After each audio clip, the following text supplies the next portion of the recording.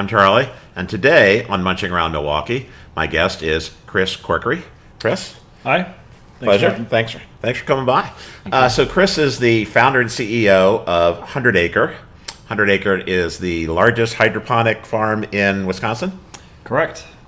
And Hundred Acre has, we'll get to Hundred Acre in just a minute, but it has a couple of interesting meanings. It's in some respects aspirational. It's a marketing thing, and this is, we've never mentioned this on the show before, but there's a Winnie the Pooh aspect to Hundred Acre. Yeah. So I don't think we've ever mentioned Winnie the Pooh on this show before, but we'll delve into that.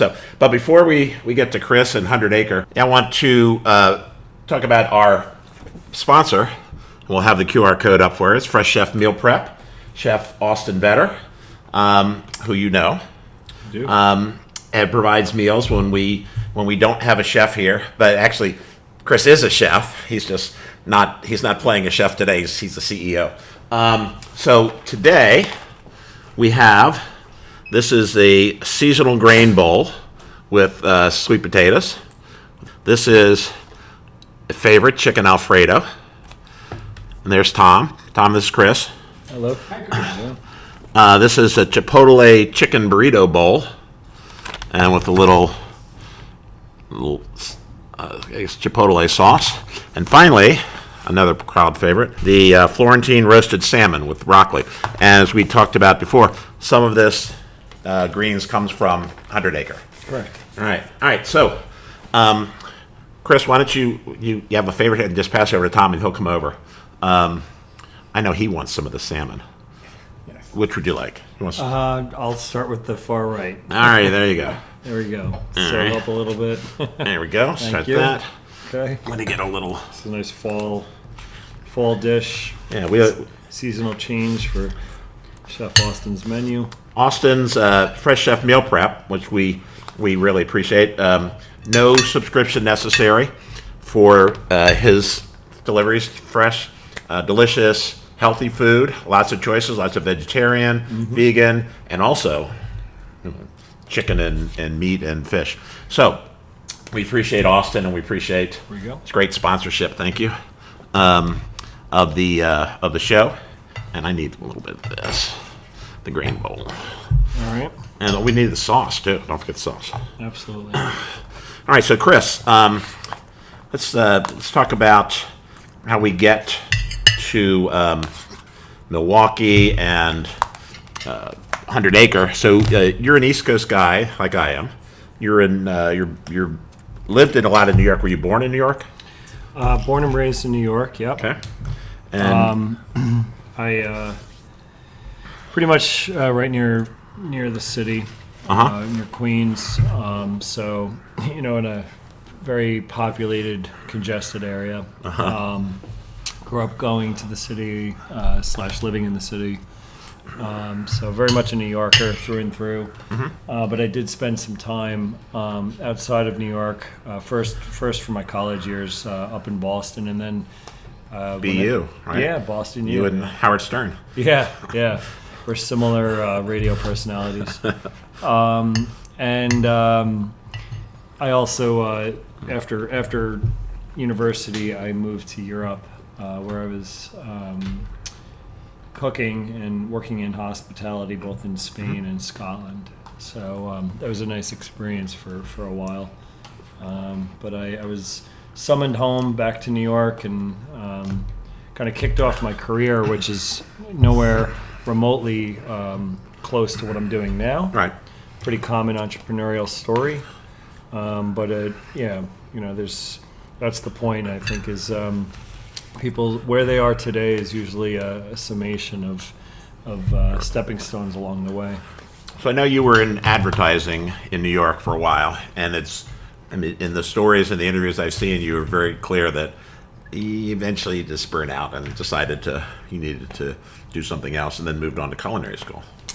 Yeah. So, as of now, I kind of define or break down my journey into 3 chapters. It's easy to understand because it's so very different, each chapter. Went to school at Boston University for a degree in in marketing and business. And so my career kicked off in the advertising space in Manhattan.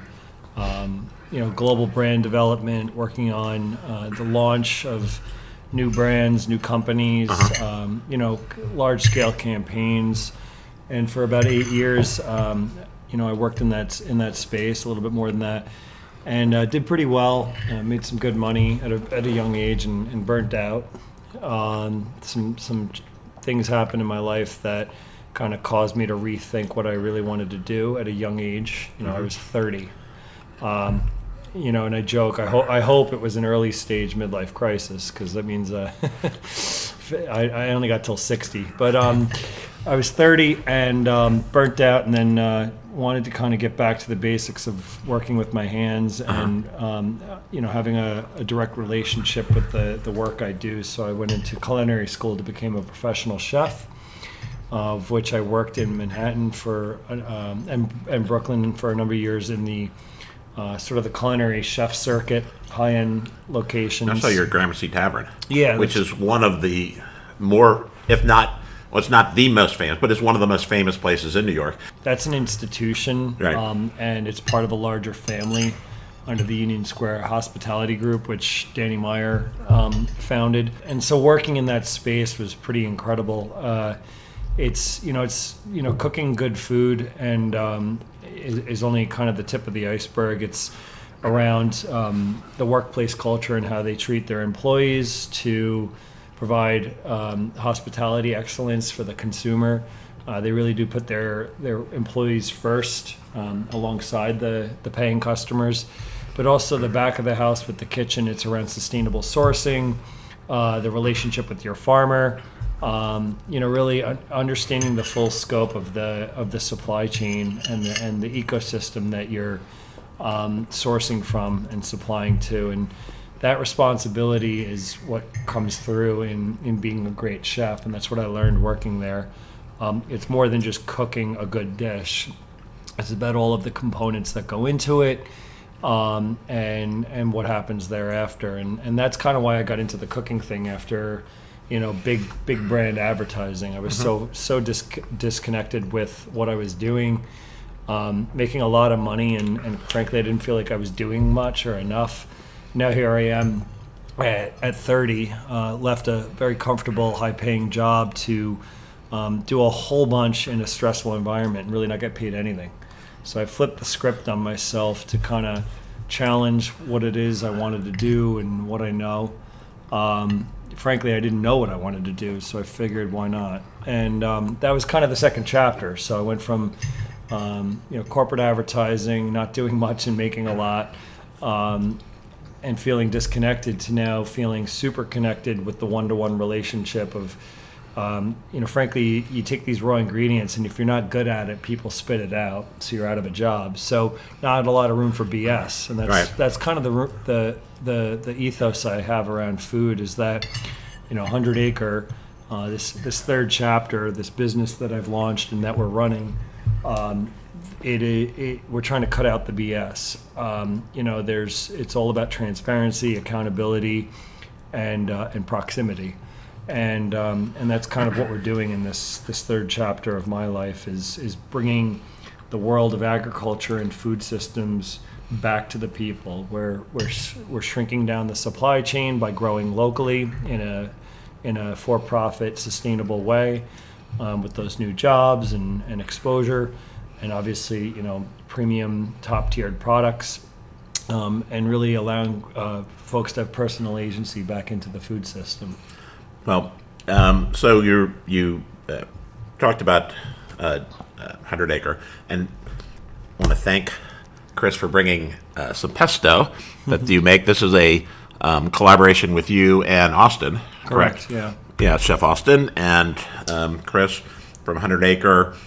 This is available also in Whole Foods and where else? Outpost? Yeah, so we've been, our products are not just sold through to other food businesses. We do food service distribution within the Wisconsin area to support their businesses, right? The other chefs, the other schools that want to rely on fresh local products year round, since we grow indoors and we're pretty much a guaranteed supply on a weekly basis. But we also have a retail line offering our fresh raw goods and our value add goods, like this pesto here made from our basil.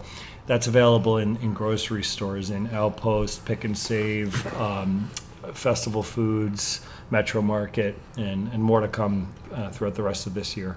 Okay. So talk about the genesis of 100 Acre, because it was a thought or an idea that fermented, and then you brought it to bear, and now it's the largest one in Wisconsin right now. Yeah. I mean, there's two things to understand when you go down this path. First of all, you have to accept the fact that you don't know what you don't know, which is very scary. Yeah. The second thing is you good, man? I didn't know what I wanted to do or what I was doing until I was doing it. That's another. It almost sounds like a riddle. And so you kind of just, set your sights on this big idea. There's a little bit of passion in there. There's a little bit of prudence, business planning, money. And you don't really have a laser focus on exactly how everything is going to work out. So you have to stay flexible and embrace failure, because it's inevitable. And you try to reduce the amount of failure, or the learning curve is super steep and smoothed out. And so when I first got going in this, I was working as a cook in that second chapter, not knowing what I want to do in full scope. But I became enthralled with the supply chain, the raw ingredients, the story of the farmer. My role as low man on the totem pole within the chef space was running to the farmers markets at 5:36 in the morning with a wheelbarrow and getting the best produce from farms that drove down 3 hours in the middle of the night. And it was a pretty cool experience. Here I am in New York City, which is not known for a quiet, peaceful farmers market type environment.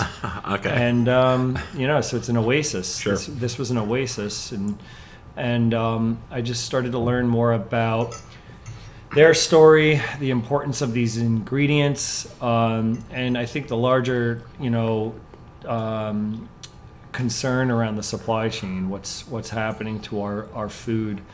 And it's part of a bigger problem, which is that our food system was propped up and, or rather built and then propped up through this mass industrial initiative over years, decades, and now it's starting to fall apart.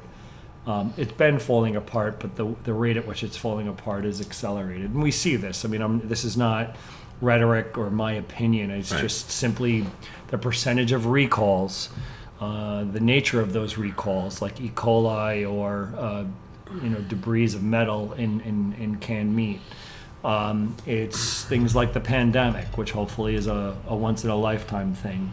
It's environmental concerns around drought and floods. It's economical, socioeconomical, like the inflation and now the tariffs.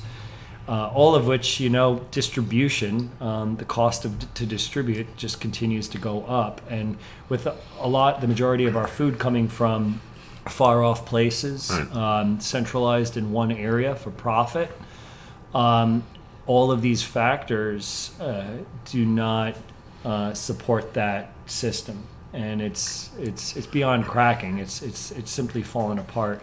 So what was a buzzword for kind of the affluent as it relates to, going green and buy local, and, it feels good to buy someone's crumb cake that they made that morning. It's now becoming an economic solution. Right. But, the what I liken it to in localized production, whether it's growing raw goods like we do or producing what we call value add products. That's the types of things like sauces and cakes. You're taking raw ingredients and adding value by making something new. What's happening here is that more folks are getting involved in this, and they're creating sophisticated, scalable business models so that while it remains local, there's sort of a vision to scale globally. So we have a saying at 100 Acre, which is, think global, eat local. And in some ways, it's almost a. Isn't it on here? No. Okay. No. In some ways, it's almost an oxymoron. How are you global and local at the same time? And really, it's through by our vision is to create a network of localized production facilities within the inner city that effectively decentralizes the food system. And that ties back to a really ambitious mission, which is to revolutionize the food system. Right. Intentionally, we position ourselves within a food desert with the launch of our organization at Century City. In Century City. Right. So to be clear, we only have one farm. It's 3.5 years old. It is in fact the largest indoor hydroponic operation in the state, but it's still just a prototype. And our focus, the model fits well to quickly design and get growing within food deserts, because generally these are distressed pieces of real estate, former manufacturing hubs that have been since outsourced to third world areas. It's created a lack of jobs, blight, unemployment, crime, and ultimately food insecurity. Because what people don't know is that when you say a food desert, it doesn't mean it's not like a desert where there's no water. Right. There is food. It's just it's not good for you. No. It's processed foods that are nutrient deficient, and it leads to all sorts of problems. So there's no access to fresh food. Right. There's no access to nutrients. There's no access to food as medicine. We keep things pretty simple in the way in which we grow.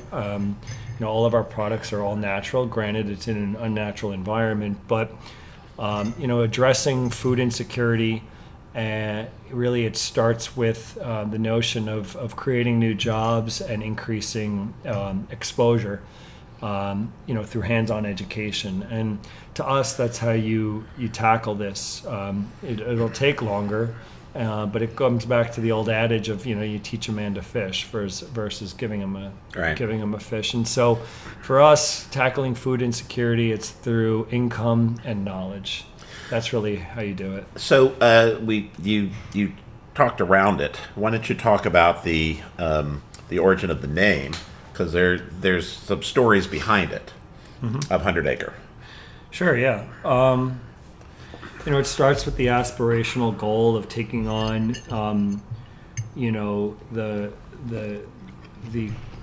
the conglomerate food system that's sort of an industrial piece of infrastructure within our nation, and that's pretty scary. And so the aspiration is that we will take it on like David and Goliath, and in this case, of course, we're David.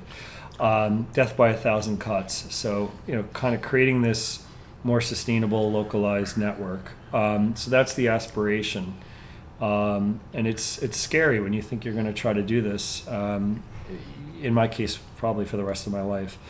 And with whatever successors, hopefully. And then secondly is sort of the technical side of it, of how we grow, and how does this work within the real estate play and distribution and growing great food and connecting with chefs. And ultimately what we're trying to do is convert 100 acres. We're trying to realize 100 acres worth of growing power within the spaces that we transform, because we need a lot less space to grow 100 acres worth of outdoor growing. Right. And so it's a goal. And then lastly, with all of this ambition and a lot of engineering and smart people running around, and the risk is high, and the pressure and the tension is high, we also thought, well, with 100 Acre, it's a reference to the children's story Winnie the Pooh. The book was pretty great, and it impacted me. It's a book by A.J. Milne, and it helps keep us grounded and keep things a little bit light, because at the end of the day, you got one life to live, and you gotta have fun doing this. Sure. Otherwise, you're going to burn out, and I know that firsthand. So with these massive aspirational goals and a complex business initiative in a fairly new industry that's riddled with more failures than success, especially here in Milwaukee, where everyone kind of is jaded with the world of urban ag because of what's happened in the past, we thought, well, let's put a light name on the initiative that references this childhood story, of which coincidentally the character is named Christopher Robin, and I'm Chris, and it was really kind of the world of his imagination, and 100 Acre is where these characters lived, and it's sort of this this idea of what's possible, right? What could and the characters in this all have sort of different takeaways at the end of each story. And I think that's kind of what we're doing. I mean, we are an oasis. And when grown adults in their 60s and 70s, who you think would have seen everything by now, businessmen that are, making money hand over fist, they come in and for about 5 minutes, their eyes light up just like a 5-year-old. Right. And so they're entering into this sort of 100-acre space, just like any child does when they hear that story. Well, what you've just outlined, the work at 100 Acre, is what it propelled you to the list of, just recently, I think it's BizTimes, 30 people changing or shaping Milwaukee's future. Mm-hmm. And from what you're describing, that is exactly what you're doing. You're shaping the future of Milwaukee in a lot of different ways. So congratulations on making that list, and hopefully you continue on, and you do get to your 100 Acre space at some point. And I know you have designs to move different places. Yes, indeed. Yeah. So it's a fantastic, and just trying to imagine it. So it's the point of it is like to instill a sense of imagination across all backgrounds, all ages, to challenge yourself and think different. I think that was Apple's slogan in the 80s. And just challenge the norms. I mean, it's like the national debt. We look at that number and we just kind of glaze over, like, that's a big number. What can I do about it? Same thing with the food system. I mean, it's daunting in terms of what our current infrastructure is doing both to society and the environment. And it's like the narrative in plastics, and we're all just like, oh boy. Yet we keep going, and it's like, no, we just gotta take a beat and challenge yourself to think different. And 100 Acre is a startup run by a really passionate team, and we've taken the risk, we've taken that burden, and we're trying to kind of now provide a platform that's inclusive for others to join, where they don't have to disrupt their whole life, maybe like I did. I mean. Right. I chose to do what I did, which was pretty nuts, but I don't expect anyone to do that. It's irresponsible. But now we've created a space that is really a localized hub. It's less than 15 minutes from here. It's open every day, even if it's snowing out or there's a heat wave or a flood of a century. Didn't impact us, and we're still growing. We keep growing. We're always growing. Those jobs are here to stay. The educational opportunities, as long as there's kids out there, it's here to stay. And as long as there's hungry people, we're here to feed them Right. in the restaurants, the schools, the grocery stores. So it's really meant to be a platform with an open door policy for people to kind of join in. Some people have called it a movement. That sounds a little bit too, Viva, whatever. But I still think it kind of is what we're doing. Right. We're trying to take the power back in understanding where our food came from, what's in it, and if you buy it, you know that you're reinvesting back into your neighbor. So a lot of the information is on the website. Is it 100-acre.org? Yeah, it's 100 spelt out the word, so Right. just 100 and then -acre.org. And so there's a list of an expansive list of the restaurants that you supply to, and I never really thought about it because you see the restaurant trucks come down, and we've got 5 restaurants here on our street. They drop off stuff to all the different places, but yours is both local and it's consistent, and they have a supply chain that they can depend on, and that for almost every restaurant in town here is a small business. There's not a lot of national chains, so they're all small businessmen trying to get by, and so you're providing a service and a cost structure and the infrastructure for them to be able to take that one burden, one worry away from themselves. So it's but you should check out the restaurants. They're the best of the best that are in the town. Yeah, I had a leg up on when we were launching. Where to go. I can meet a chef or taste a meal or even look at a menu online and kind of get a feel for whether or not it's, is the passion there with the leadership, or is it a franchise or something? Right. And, the way we got started is, first of all, we designed and built out this thing, having never done it. And it was a nail biter on whether or not it would work.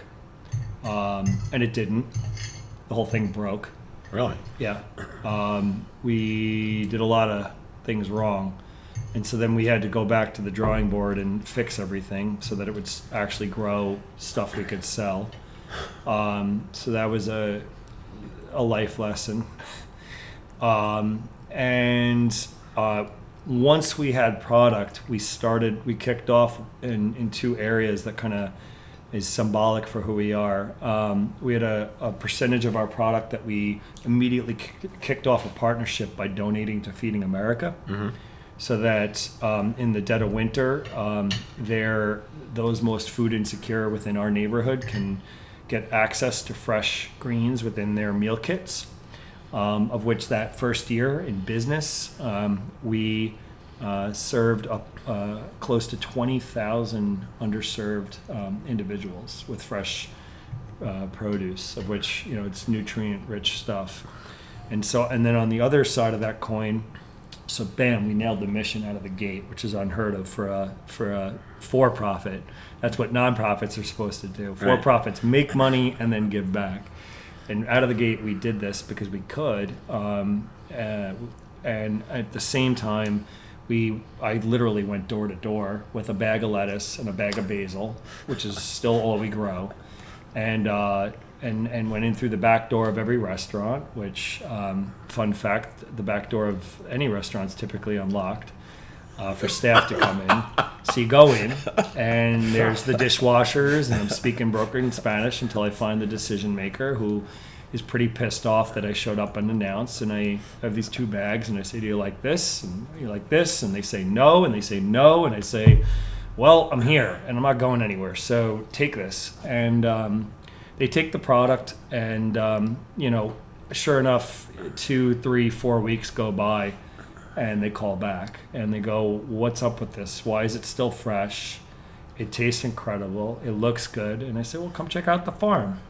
And so they come to the farm, and they see how we're growing, because it's only 10 minutes away. They bring their whole staff. They bring their ownership. They even want to tell their consumers. So what are we doing in the beginning when this opens? We're setting the stage for what this really is at any level of scale. We're providing 3 solutions for our not just our consumer, but our customer.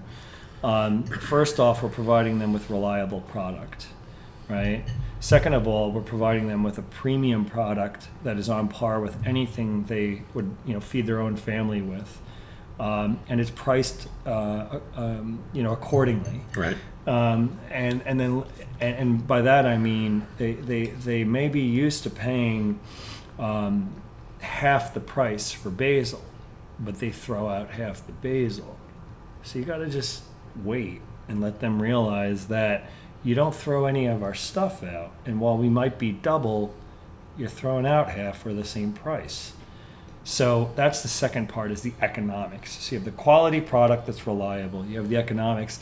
And then really how you close the loop is inviting them to the farm or bringing them into the story, the ecosystem, that, you know, we're kind of all in this together, and that there is a give back, there's a community-centric focus, because that's every farm's responsibility since the birth of farms, is that they're there, grown in for and by the community, you know? And if you don't do that, you starve, right? So that's kind of how this whole thing got started back in the day, and we're not really like, we say we're reinventing because we're not creating anything new. We're just bringing things back to the basics. So again, it's the quality, reliable product, it's the economics, and then it's the chef or whoever it might be realizing that they're sourcing local and that they're becoming part of this really powerful narrative. Yeah. And what do?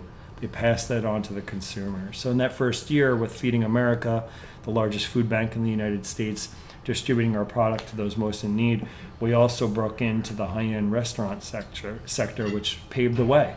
And what that did was it put us on the menu, and then people started to learn who we were. And, you know, years 2 and beyond was kind of off to the races. Schools wanting us because parents were asking for it, and we're the only farm that's open during the school year up here in Wisconsin. And then also grocery stores asking for us because, frankly, people want to take us home. Right. Well, it's a fascinating, your story from, you know, working in advertising through being a chef and now running the largest hydroponic farm in Wisconsin is an amazing story. But to the point of 100 Acre itself, it's doing the job that I think you imagined it would in the beginning, and as you begin to scale, hopefully, just, you know, a lot of success helps the company. It helps our food supply here. Restaurants have good stuff that they don't throw away, you know, stuff like that. So, you know, all in all, congratulations on a idea that fermented and as you've taken to some heights here, and hopefully greater heights await. Thanks. Yeah, appreciate it. Thanks so much for coming by. Yeah. This is the kind of people that live in our neighborhood, you know. Anyway, thanks, Chris, so much for coming by, and thank you for supporting Munching Around Milwaukee. Each week we talk to one of our local chefs, restaurateurs, foodies, or food influencers, or in this case, someone who's growing the food for all of them. We talk about the food scene here in Milwaukee, and then thanks to Chef Austin Vetter and Fresh Chef Meal Prep, we get to eat something really, really good. So until next time, thanks for watching. Oh, yes. And you can buy the pesto in many of the local stores here. And it's good too, because Austin brought me some a long time ago when he first started doing it. It's an award winner, that's for sure. It's very good. All right, guys. Thanks. Bye. See ya.